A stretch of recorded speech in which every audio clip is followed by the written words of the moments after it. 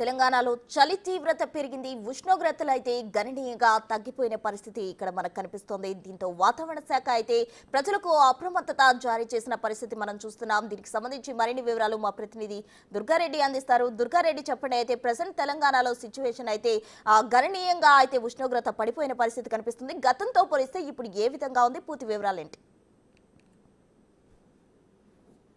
ప్రస్తుతం తెలంగాణ వ్యాప్తంగా కూడా రోజు రోజుకు ఉష్ణోగ్రతల్లో భారీ మార్పులు సంభవిస్తున్నాయి. తర్వాత చూస్తే మాత్రము 1-2 రోజుల్లోనే అంటే పగటి పూట ఉష్ణోగ్రతల్లో ఎలాంటి మార్పులు లేకున్నా కానీ సాయంత్రం అంటే అర్ధరాత్రి ఉష్ణోగ్రతల్లో భారీగా మార్పులు సంభవిస్తున్నాయి. ఉదయం 6 గంటల వరకు కూడా ఆ సూర్యుడు బయటకు వచ్చే పరిస్థితి, కానీ బయట నుంచి జనాలు కూడా వాహనదారులే కావచ్చు, లేకుంటే ఆ పిల్లలు స్కూల్కి వెళ్ళే విద్యార్థులు కావచ్చు, బయటకు వెళ్ళలేని పరిస్థితి ఉంది. అదేవిధంగా వృద్ధులు కూడా ఈ విధంగా చలికి వణికిపోతున్నారు. మరికొన్ని చోట్ల సంగారెడ్డి, న్యాలక్కలు, రేజింతలు, ఆ తర్వాత ఆ ప్రాంతం జైరాబాద్ నియోజకవర్గంలో మాత్రం చలి తీవ్రత పెరిగిపోయింది. 1-2 రోజుల్లోనే భారీగా మార్పులు వచ్చినాయి.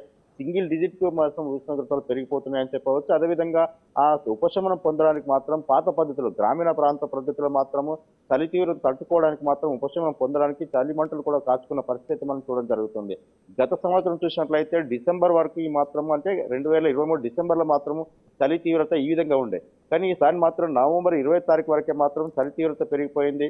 మధ్యాహ్నం మాత్రము ఉష్ణోగ్రతలో ఎలాంటి మార్పులు లేకున్నా కానీ సాయంత్రము 6-7 అయిందంటే కూడా చలి తీవ్రత పెరిగిపోతుంది. నిజంగానే మరి 2-3 రోజుల్లో కూడా చలి తీవ్రత పెరిగే అవకాశం ఉందని చెప్పి కూడా వాతావరణ శాఖ అలర్ట్ జారీ చేస్తుంది. అదేవిధంగా వైద్యులు కూడా సూచనలు చేస్తున్నారు.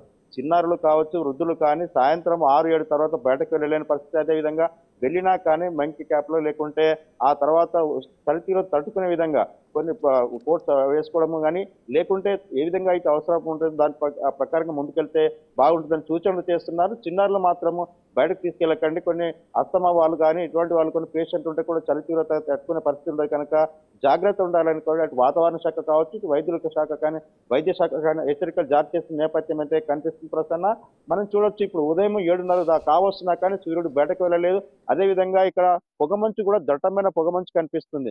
భారీగా ఇటు ఏంటంటే మహారాష్ట్ర, కర్ణాటక నుండి తెలంగాణ వైపు వచ్చే భారీ వాహనాలు ఏవైతున్నాయి ముంబై అవి మాత్రము ఆ దట్టమైన పొగ కమ్ముకొని ఉంది. వాహనదారులు మాత్రము లైటింగ్ వేసుకునే పరిస్థితి కనిపిస్తున్న విషయం అయితే మనకు తెలుస్తుంది. వాహనదారులు కూడా 40-30 స్పీడ్ కంటే మించి ప్రయాణించవద్దని కూడా పోలీస్ శాఖ హెచ్చరికలు జారీ చేసిన విషయం అయితే మనకు కనిపిస్తుంది. Prasanna. Right Durga Reddy, thank you.